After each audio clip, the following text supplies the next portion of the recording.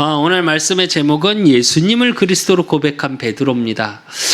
여러분의 삶을 통해서 많은 우리는 고백들을 하고 살아갑니다. 여러분은 또 어떤 고백들을 하고 살으셨나요, 지금까지? 어떤 사람은 사랑의 고백도 하고요. 어떤 사람은 주변에 가까운 사람들에게 자신이 연약함을 고백하기도 하고요.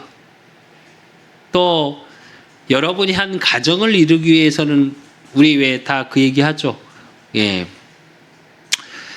고백이 이루어지지 않으면 가정이 이루어지지 않겠죠, 사랑이라는 게. 그래서 사실은 고백의 의미 속에는 뭐가 담겨져 있냐? 저는 개인적으로 그런 생각을 합니다. 사랑을 이루어가는 최고의 방법이 고백이 아닐까. 그 사랑이라는 게 연인의 사랑도 있을 거고요.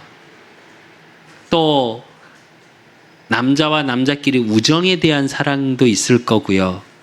브로맨스라고 하죠, 요즘은. 또 부모 자식 간에, 형제 자매 간에 서로를 표현하는 일이 있음에 대해서 고백이 굉장히 많은 것들을 차지해 가죠. 여러분은 지금까지 사는 인생 속에 어떤 고백들을 하고 살아오셨습니까? 지난주에는 한 청년하고 대화를 하는데 그런 이야기를 하더라고요. 사람의 관계, 이런 나눔을 하면서 나한테 필요하고 그 사람을 이용하려고, 그러니까 이렇게까지 표현하면 좀 그렇긴 한데, 그 사람이 나한테 필요하니까 나는 이런 고백들을 한다라고 표현하더라고요. 그래서 제가 그랬습니다. 그건 나쁜 거지. 사람에게 좋은 감정으로 고백하고 좋은 것처럼 표현했는데 나한테 이익이 있으니까 이익을 얻어내기 위한 고백이라면 그건 조금 잘못된 거지 라는 표현을 했었습니다.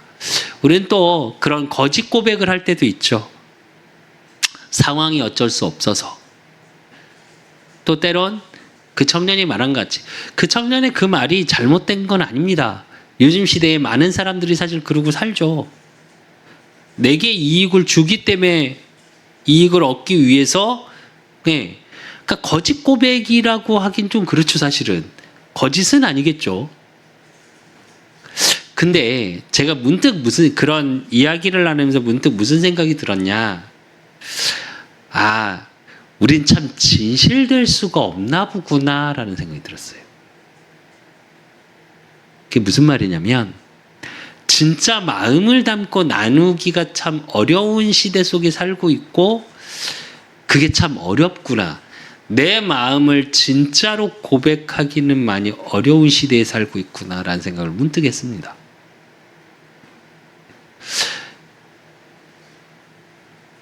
오늘 베드로의 모습을 보면 예수님을 그리스도로 메시아로 고백을 합니다.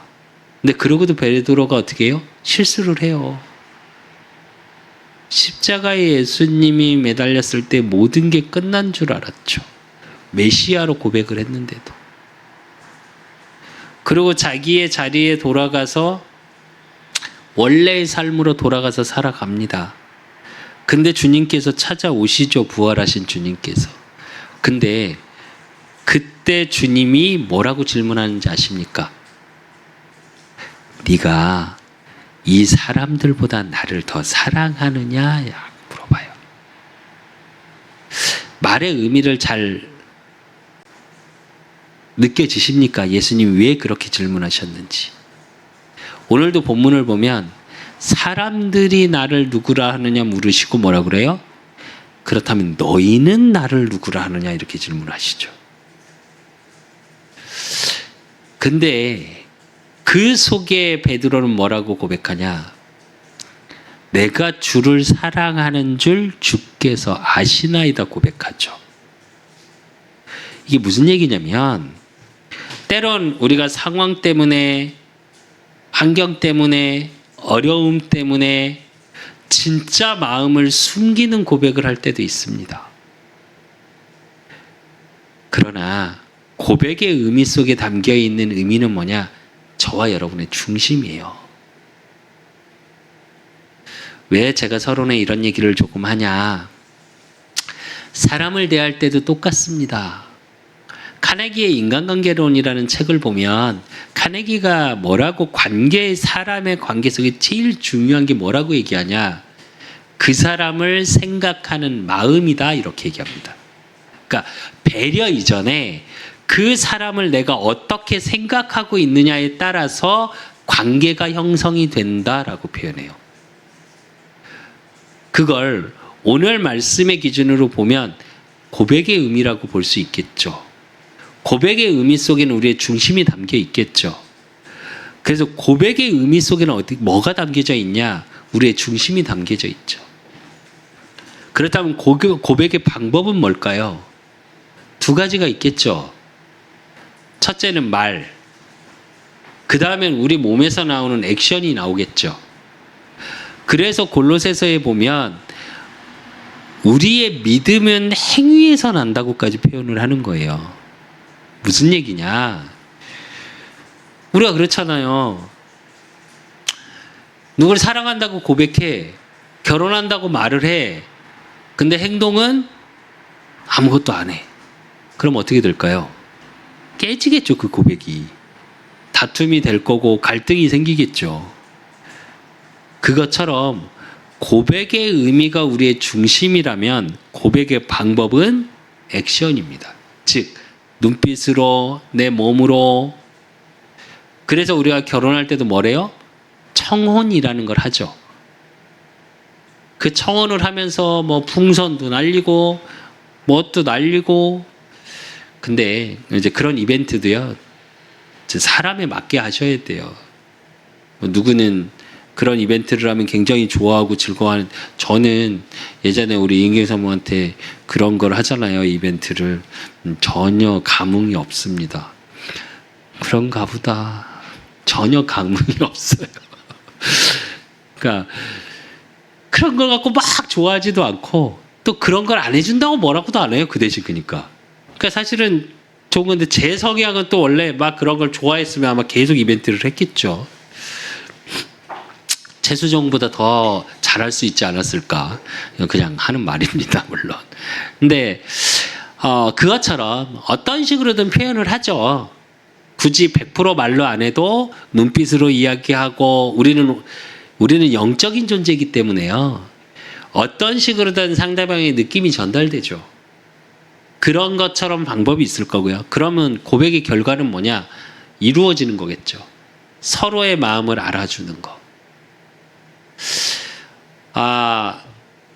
여러분은 여러분을 알아주는 사람이 있다고 생각하십니까? 사람이 사람을 얼마나 알 수 있을까요? 제가 자녀를 넷이나 키웁니다. 어렸을 때부터 봤죠. 하는 행동, 뭐 성향, 취향, 성격. 근데 그 자녀도 모를 때가 많습니다. 부모님들이, 제가 이제 청소년 사역을 오래 했으니까 부모님들의 제일 큰 착각이 뭔지 아십니까? 자기 자녀를 알고 있다는 거예요. 알고 있다고 생각하는 거. 정말 죄송한데 제가 지금까지 사역을 해보면 부모님이 자녀를 제일 몰라요. 솔직히. 비교적 저도 우리 아이들하고 이야기를 많이 하고 소통을 많이 하려고도 하고, 그래서 주변 친구들도 꽤 많이 알고 그렇게 하고 있는데 전혀 모르게 느껴질 때가 많이 있거든요. 저와 여러분을 정확히 아는 건 하나님 한 분밖에 안 계십니다. 어쩌면 그래서 우리의 중심을 향하는 게, 그래서 하나님이 제일 먼저여야 하고, 그 방법이 뭐냐? 예배와 기도예요. 예배와 기도 속에 결과가 뭐냐? 하나님이 모든 것을 예비하는 축복 속에 내가 있음을 확인하는 응답을 누리는 거예요. 저와 여러분은 하나님의 자녀입니다. 그렇다면 예수님이 오늘 그리스도로 베드로가 고백함과 같이 저와 여러분의 삶을 통해서 중심을 하나님께 향해 있고, 또 내 입술로 내 몸으로 예수님을 그리스도로 고백하는 액션 방법이 뭐냐? 사실은 예배와 기도예요. 그럼 결과는 뭐냐? 여러분의 삶을 통해 하나님의 언약이 그리스도의 일들이 성취시켜 나가시는 거죠. 그분이 왕, 제사장, 선지자로 오셔서 여러분의 능력으로 안 되는 흑암의 세력이 무너지고요. 보혜사 성령으로 함께하사 여러분의 모든 삶을 통해 하나님이 인도해 나가시고요. 죄 문제로 와 있는 저주 재앙이 끝나고요. 하나님을 모르는 불신자와 하나님의 자녀의 가장 큰 차이는 뭔지 아십니까? 우리가 아는 나는 하나님을 믿어. 내가 하나님을 정말 사랑해. 그러니까 나는 모든 게 잘 돼야 돼. 이게 아니고요. 문제가 왔어요. 사건이 왔어요. 지난주에 얼마나 웃겼냐면요. 지난주에 가나안 여인의 응답을 주셨죠. 우리 그 사람 교회. 그 주님 앞에 겸손한 자세로 가나안 여인이 나아가고 다윗의 자손 예수여, 예수님은 그리스도로 고백한 그 여인을 통해 치유의 역사가 일어났거든요. 그래서 제가 말씀을 준비하고 한 주간 기도하면서 제가 뭐라고 하나님께 기도를 했었냐. 하나님, 그래요. 내가 모르는 나의 모든 부분까지 치유함을 주시라고. 그렇게 기도를 하고 전날은 또 그래서 응답하시는 하나님. 근데 전주에 제가 뭐 이렇게 일을 하면서 하나님, 나 한 주 동안 계속 일할 수 좀 있게 해주세요라고 기도했더니 진짜 한 주간 계속 일을 했어요. 근데 웃긴 거, 분명히 치유하시겠다고 그랬는데 화요일 날 현장 가서 손가락을 다쳤습니다.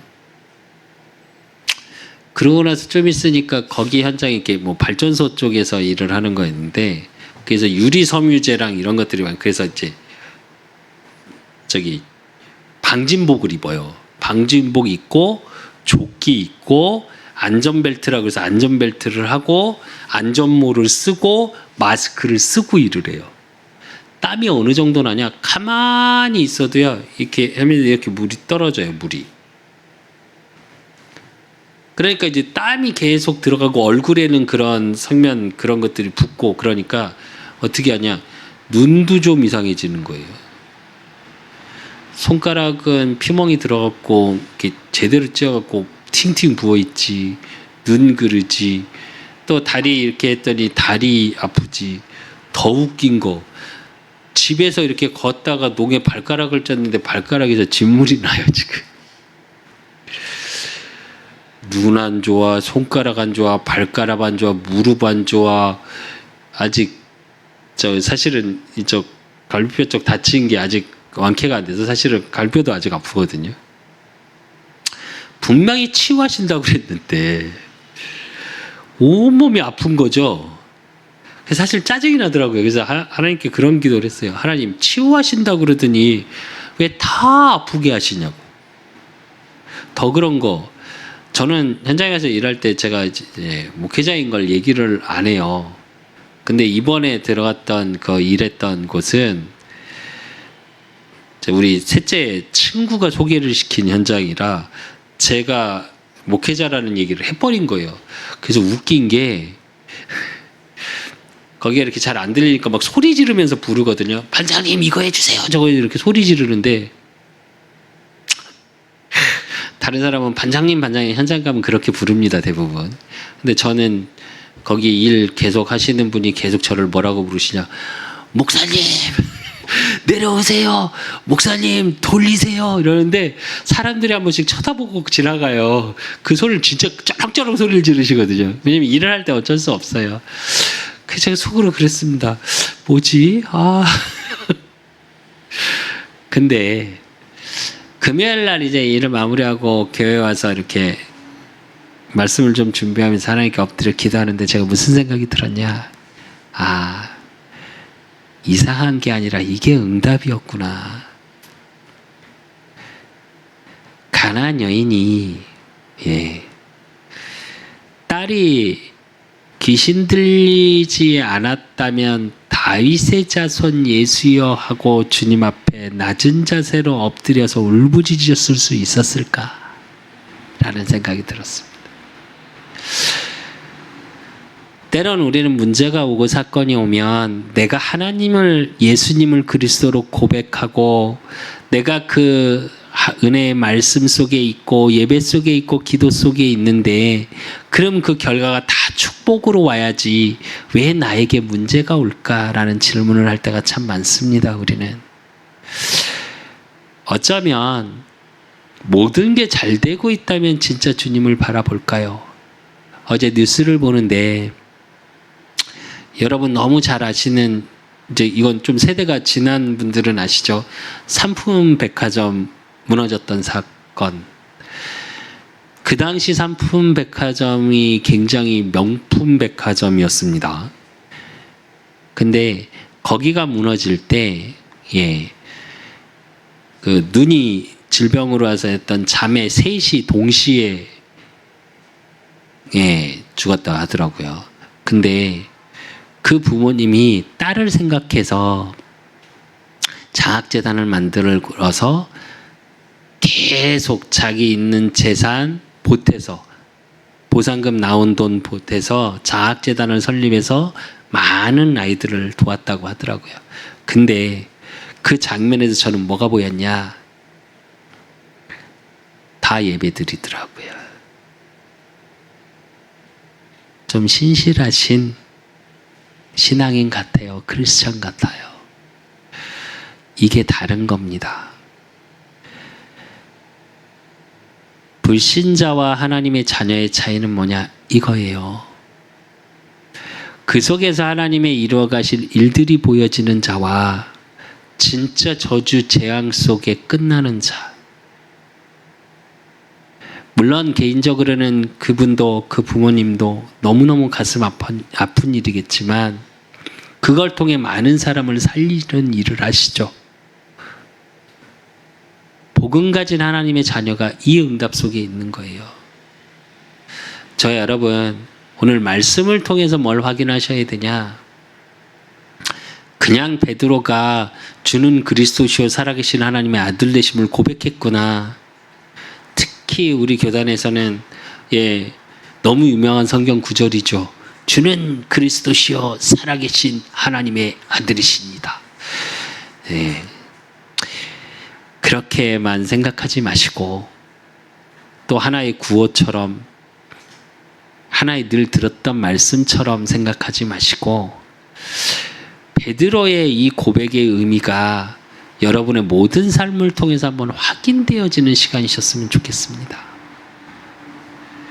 그래서 진짜 여러분의 중심이 여러분의 인생을 통틀어서 하나님께 향해 있고, 또 그 고백의 방법이 나의 모든 삶을 통해 그리스도가 증거되어지고, 그러므로 그 고백의 결과가 여러분의 가는 모든 곳에 땅 끝까지 이르러 그리스도의 증인이 되는 축복의 참 증인 되시기를 예수 그리스도 이름으로 축원드립니다.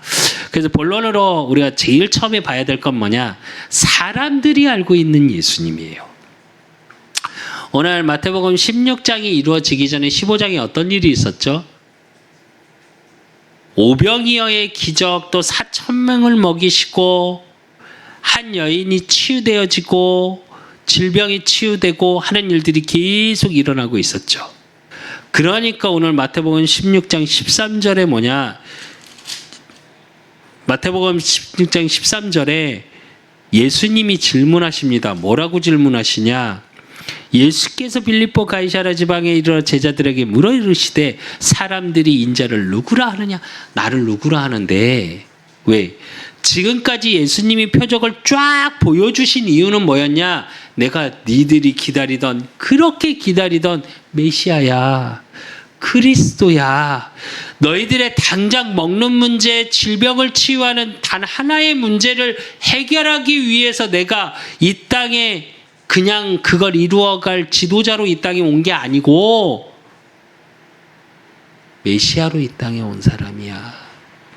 말씀이 육신이 되어서 온 그리스도야 라고 말하고 있는데, 계속 그래서 표적을 보여주셨는데 사람들이 어떻게 알고 있나 궁금하셨던 거예요. 그러고 물어보니까 사람들이 뭐라고 얘기를 해요? 이르되 더러는 세례요한, 더러는 엘리야, 어떠는 에레미야나 선지자 중에 하나라 하더이다. 이게 왜 그러냐? 사람들이 예수님을 그리스도로 고백하는데 그리스도를 향한 중심이 아니라 내 있는 문제 사건의 해결 중심으로 가 있기 때문에 그래요. 세례요한은 뭐냐? 이 사회가 어려워서 우리가 힘든 거야. 이 환경이 어려워서 우리가 너무 힘든 거야. 당신은 포로였습니다. 노예 속국이었어요. 로마의 이스라엘이. 세례요한은 뭘 뜻하죠? 사회운동했습니다. 광야에 나가서 너희들이 이러고 있으면 안 돼. 너희들이 바뀌어야 해. 라고 사회운동을 일으켰던 게 세례요한이에요. 그러니까 뭐요? 사회를 바꿔야 돼. 그렇게 알고 있는 신앙. 또 엘리야는 뭐야? 예수님이 오병이어의 기적을 보여주셨죠. 병든 자를 치유함을 보이셨죠. 또 병든 자를 가지도 않았는데 말씀으로 치유하시는 걸 확인했죠. 그러니까 나한테 나는 무능력해. 그러니까 뭐가 필요해요? 초능력이 필요해요. 우리로 얘기하면. 엘리야는 누굴 상징하죠? 능력의 선지자요. 815명의 거짓 선지자를 어떻게 해요? 예, 하나님 앞에 엘리야가 기도했더니 3년 반 동안 비가 안 와. 기도했더니 비가 와. 그 비가 내린 거기에 여기에 불을 붙여 주시옵소서 하니까 어떻게 돼요? 불이 붙어. 그래서 엘리야는 뭘 상징하냐? 능력이요. 우리를 얘기하면 초능력.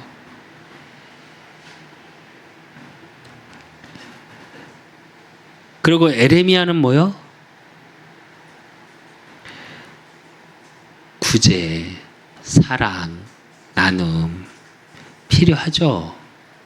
근데 우리가 사랑이 부족해서, 우리가 나눔이 부족해서 이 땅이 어렵다. 그렇게 믿는 사람들.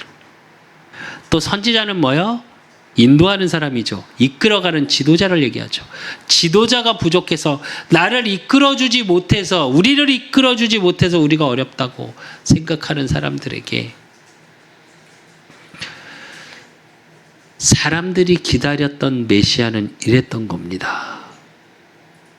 예수 그리스도가 아니라 예수님을 그리스도로 왕, 제사장, 선지자의 일로 말미암아 나를 구원하시는 영적인 구원, 육적인 구원, 영원한 구원의 의미 속에서의 예수님을 메시아를 기다린 게 아니고요. 대부분의 사람들은 어떤 메시아를 기다렸냐? 이 시대 문제를 해결하기 위해서.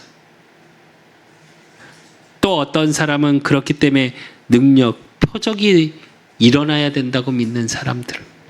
또 어떤 사람은 사랑이 적고 나누지 않기 때문에 어려움이 있다는 사람들.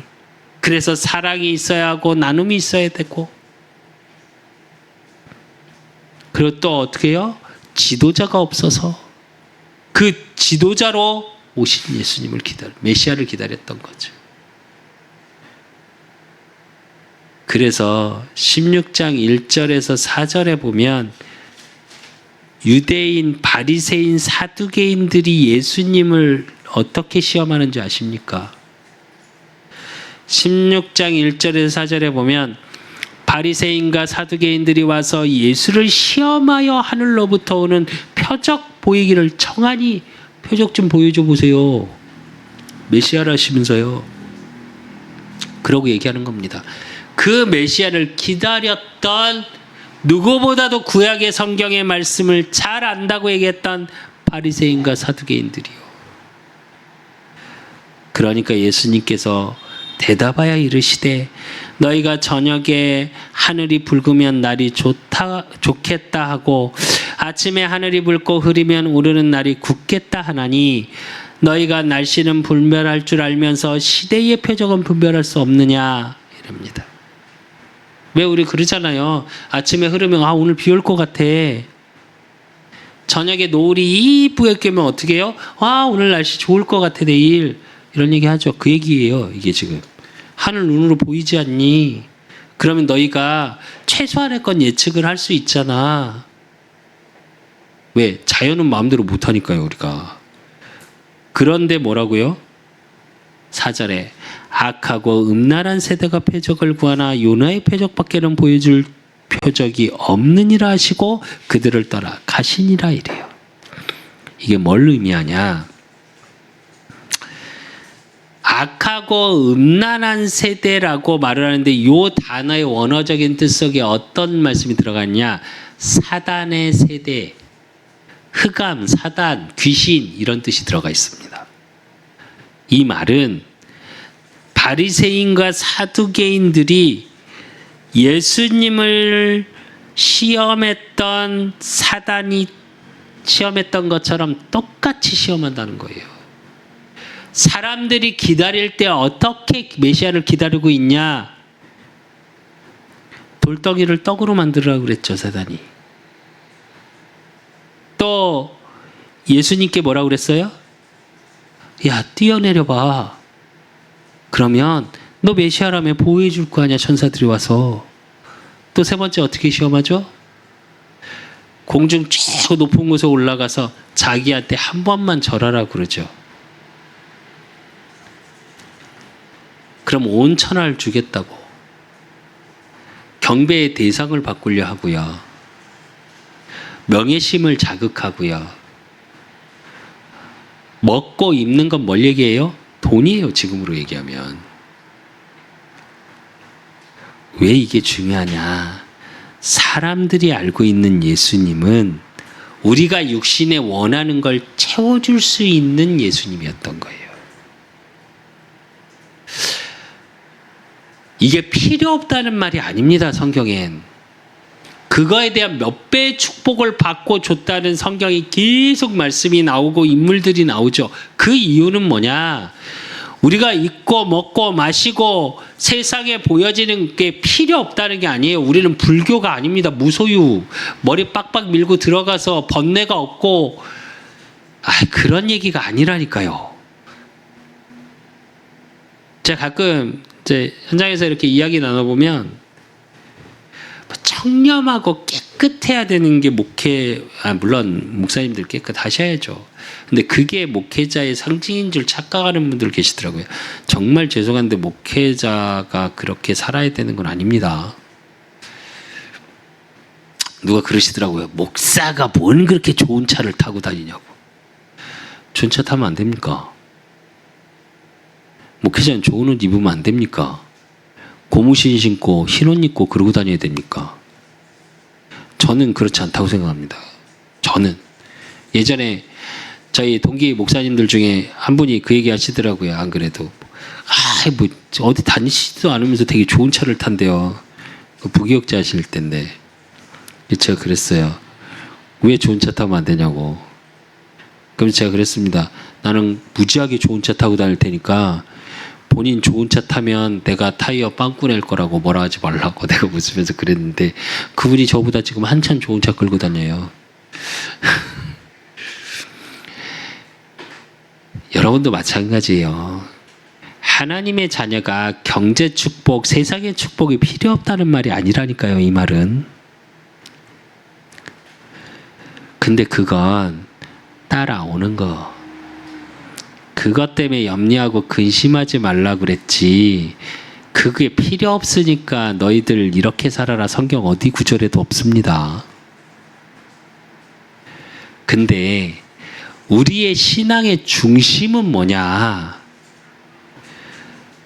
예수님을 그리스도로 향한 복음에 대한 중심이 있어야지 세상 것을 이루기 위한 그리스도의 표적을 기다림 속에 있으면 안 되잖아요. 물론 농담으로 우리 얘기하면 지지난주인가 그 얘기 하더라고요. 농담으로. 예. 로또 번호 좀 미리 알았으면 좋겠다고. 그래서 제가 웃으면서 그런 일은 없을 것 같은데 웃으면서 그랬는데, 근데 생각은 해보셔야 되지 않을까요? 여러분의 중심이 어디로 향해 있는지는 여러분 너무 잘 아시지 않습니까? 혹시 지금까지 여러분 삶을 통해서 또 여러분의 환경이 어렵다 보니까 그렇게 예수님을 그리스도로 전체를 아는 것이 아니라 부분적으로 알고 있다면 오늘 예배의 말씀을 통해 베드로에게 임했던 축복이 임하셨으면 좋겠습니다. 그래서 두 번째로 베드로가 아는 예수님은 어떤 예수님이었냐? 예수님이 그러니까 질문하시죠.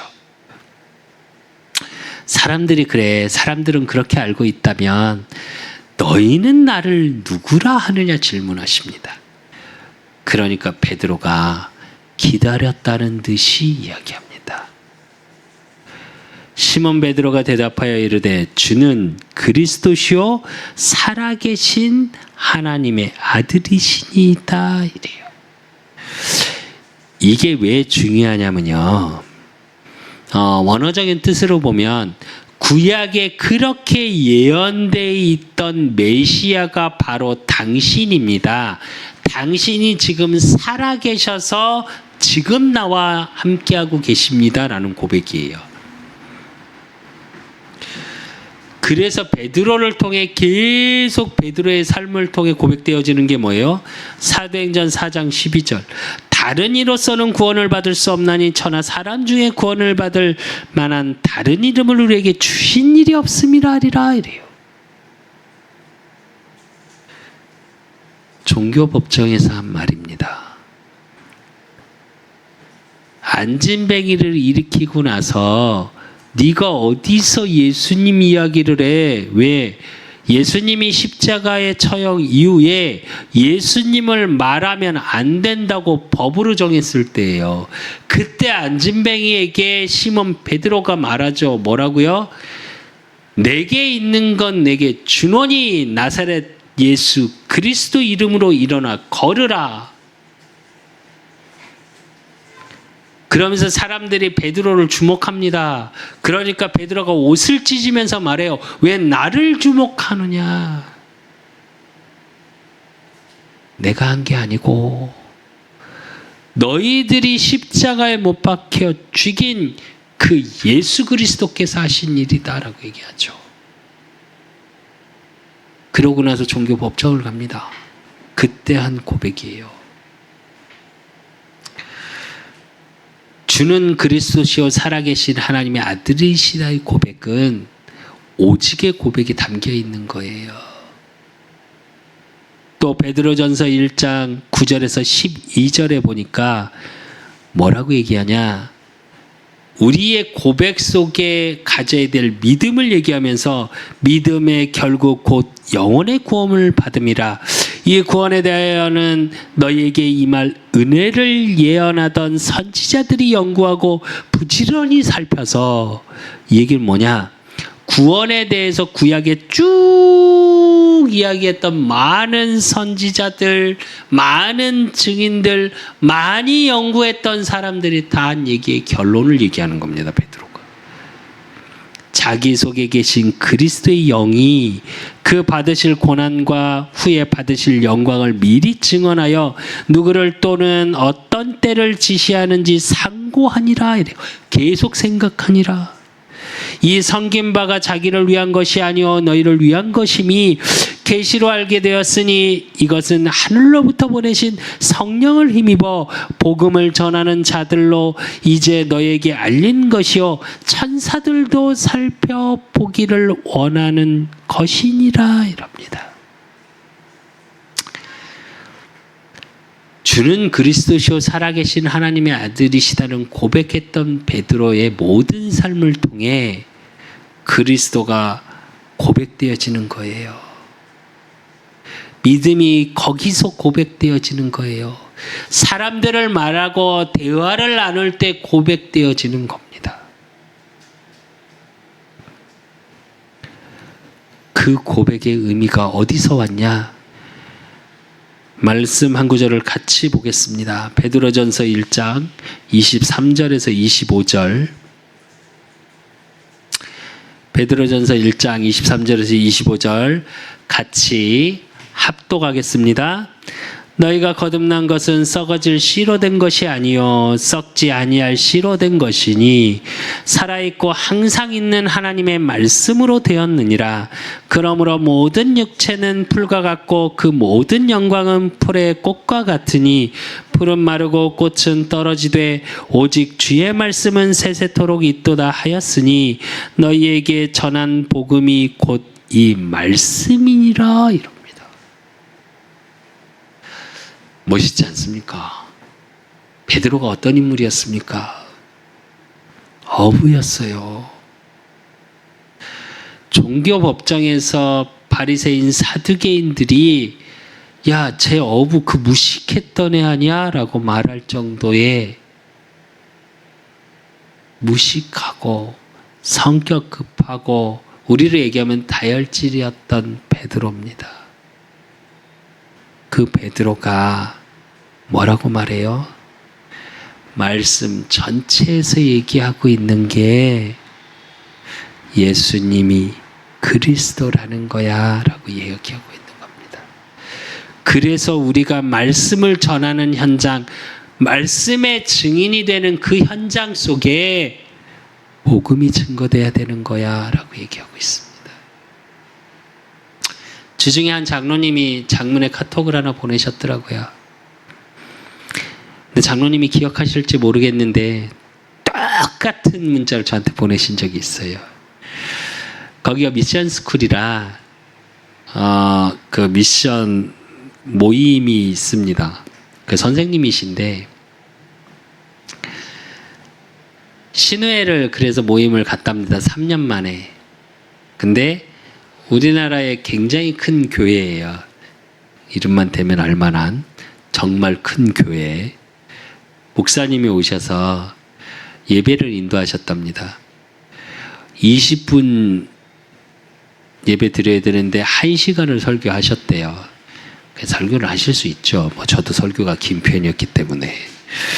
근데 1시간 설교한 게 문제가 아니고 예수 그리스도 복음이 한 번도 나오지 않더래요.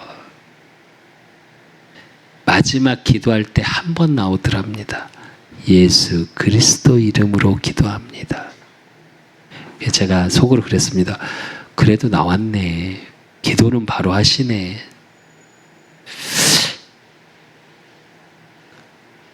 우리가 어쩌면 모든 삶을 통해서 그리스도를 고백한다고 말하는데 어쩌면 우리가 원하는 기도할 때만 그리스도를 말하질 않나.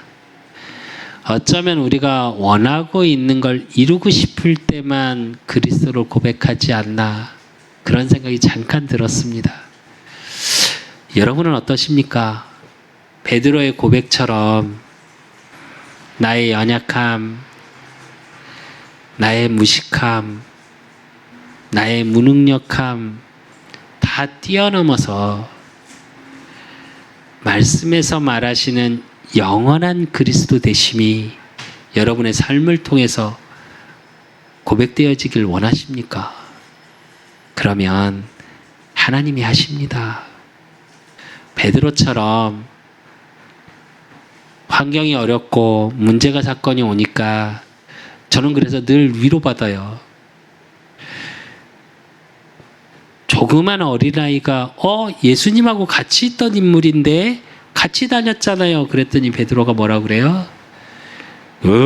아니 사람 잘못 봤네. 닭 울기 전에 3번 부인한다고 너 부인할 거야. 예수님이 말하니까 베드로가 뭐라고 그래요? 발끈하죠. 아이 나 모르세요 나? 그동안 내가 예수님을 어떻게 따라다니는데 이랬던 베드로. 3번 부인 안 했습니까? 했습니다. 예수님 십자가의 죽으심을 보고 그것도 가까이서도 못 보고 멀리서 지켜보고 성경 원어적인 뜻이 그렇습니다. 멀리서 지켜본 원래 삶으로 돌아갈 수밖에 없었던 베드로. 그 베드로가 중심 하나 갖고 있으니까 어떻게 해요? 모든 것을 바꾸고 모든 자를 살리고 그 예수 그리스도를 증거하는 수장이 됩니다. 여러분, 여러분의 연약함, 부족함하고 그거에 매이지 마십시오. 때론 불신앙도 하고 때론 어려우니까 투덜대기도 하고 괜찮습니다. 어쩌면 그렇게 저와 여러분이 연약하기 때문에 중심을 향해 있고 투덜댐 속에 불평 속에 불신앙 속에 다시 고백되면 됩니다. 그 베드로가 받은 축복이 뭘까요? 오늘 말씀의 본문에 마태복음 16장 17절 뭐라 그래요? 예수께서 대답하여 이르시되 바요나 시몬아 내가 복이 있도다. 그러면서 뭐라고 하시냐? 이를 내게 알게 하니는 혈육이 아니요 하늘에 계신 내 아버지시니라. 그러면서 뭐라고 그러시냐? 또 내가 내게 이르노니 너는 베드로라 이럽니다. 첫 번째 받은 축복이 뭐예요? 이름을 바꿔줘 버리셨어요. 이 얘기는 운명을 바꿔버린 거예요. 구원의 선물 받은 자예요. 저와 여러분이 이 축복 받은 자입니다. 그러시면서 뭐라고 하셨어요? 내가 이 반석 위에 내 교회를 세우르니 음부의 권세가 이기지 못하리라 그래요. 교회의 축복을 받았습니다. 그래서 고린도전서 3장 16절에 너희 몸이 성전인 것과 성령이 너희 안에 거하심을 알지 못하느냐 그랬잖아요. 여러분 자체가 교회의 축복이에요. 그러면서 뭐라 그래요? 음부의 권세가 이기지 못하리라. 모든 흑암이 무너지는 권세. 그 축복에 응답받은 자고요. 19절에 뭐라 그래요?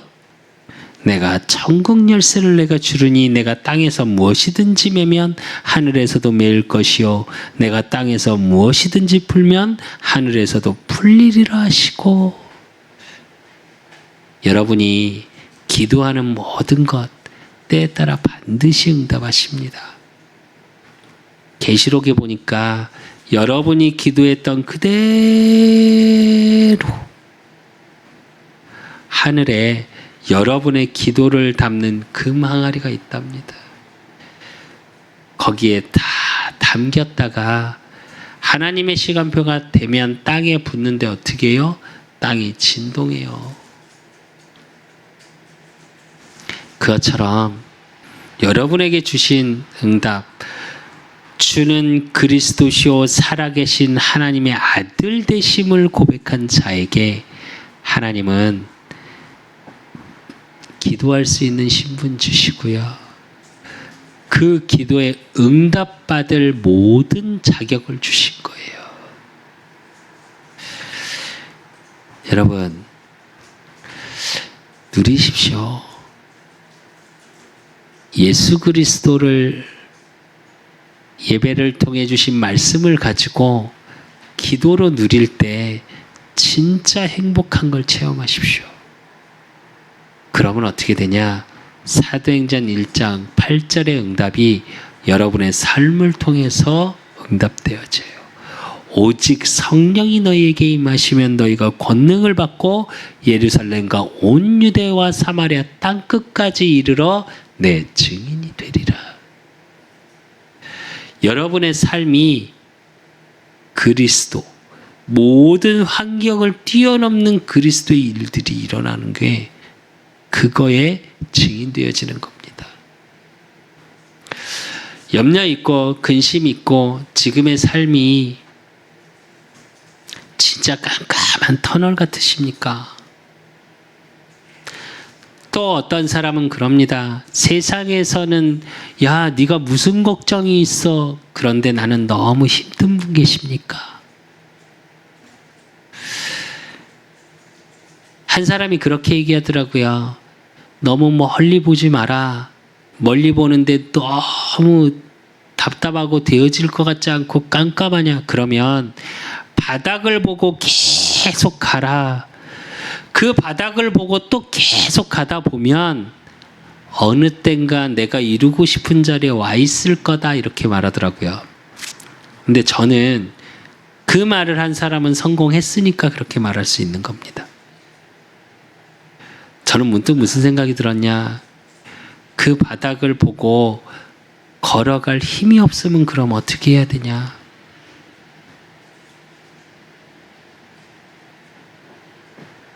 그게 고백하시는 거예요. 그때 여러분 진짜 힘드십니까? 정말 미래가 안 보이고 정말 답답하고 어두운 터널 속에 있는 것 같으십니까? 그러면 그때 고백하십시오. 주는 그리스도시요 살아계신 하나님의 아들이시니이다.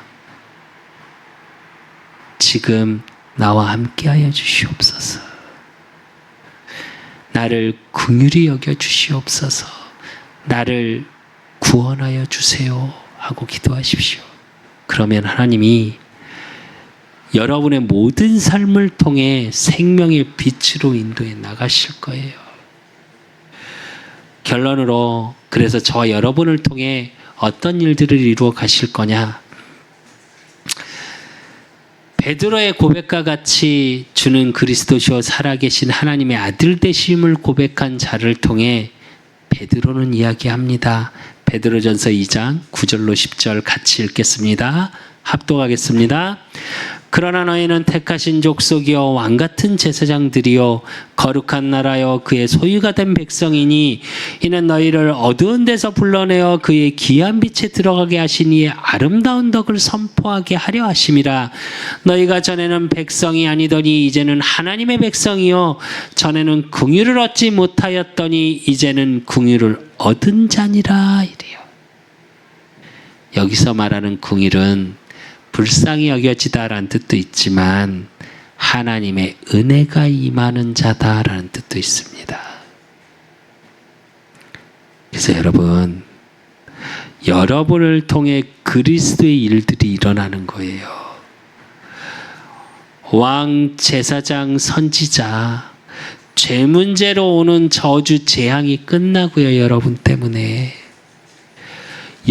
때문에 흑암의 권세, 사단의 권세가 무너지고요.